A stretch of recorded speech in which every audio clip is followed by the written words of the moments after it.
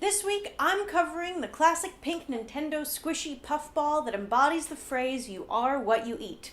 It's Kirby. I'm Dekajlo, and this is Geek Crash Course East.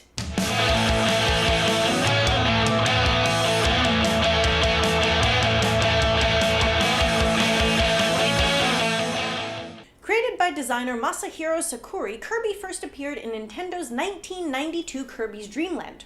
Kirby refers to both his name and his species, as there are other Kirbys running around in the game and other media. He comes from the planet Popstar, where he lives in the kingdom of Dreamland in a half-dome house. He's round, pink, perpetually happy, and squishy. He has several abilities, including inhaling. Kirby can open his mouth and inhale objects, characters, and items that he interacts with. When he inhales a lot of air, he can rapidly exhale, basically turning himself into a tiny pink air cannon.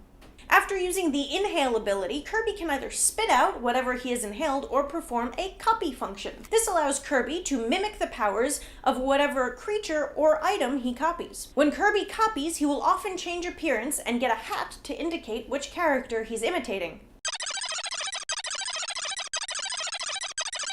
It's pretty cute. As mentioned, Kirby is basically just a little squishy blob. This allows him to change shape while adventuring throughout the gaming environment.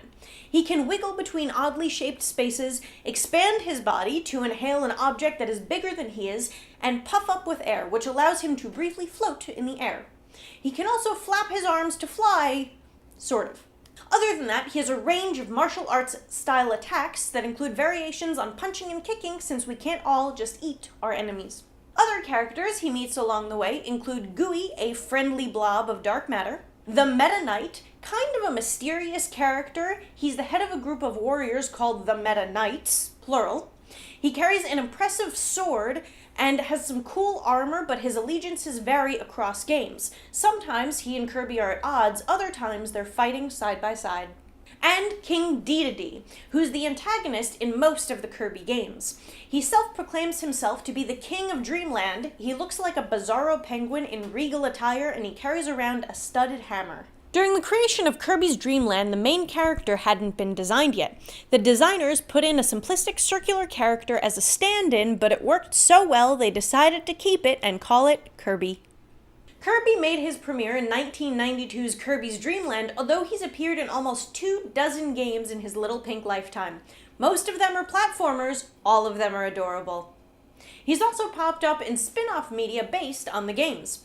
There are several Japanese manga series and several German comics dedicated to following Kirby's adventures. And there's an anime series called Kirby Right Back At Ya, based on the video game. It takes place on Kirby's homeworld, where he fights off bad guys to keep his planet safe. Bonus, King Dedede's sidekick is called Escargoon. He's a snail. That's comedy. There's a trope in video games known as American Kirby is hardcore. Kirby box art is often cute and cuddly looking in Japan, however the American design tends to have him looking tougher, often with the addition of angry eyebrows.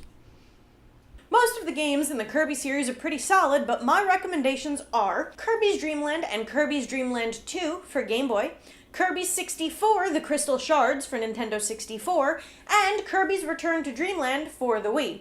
Also, check out Super Smash Bros. Because it's awesome. Kirby's favorite food is the Maxim tomato, a tomato on screen which revives him to full health. If you were to inhale an enemy, what enemy would it be and what hat would you wear? Let me know in the comments below, and remember to subscribe for more Geek Crash Course. Until next time, if you have any questions, you can find Geek Crash Course on Twitter, Facebook, and our website, geekcrashcourse.com. Thanks for watching, and I'll see you next time on Geek Crash Course.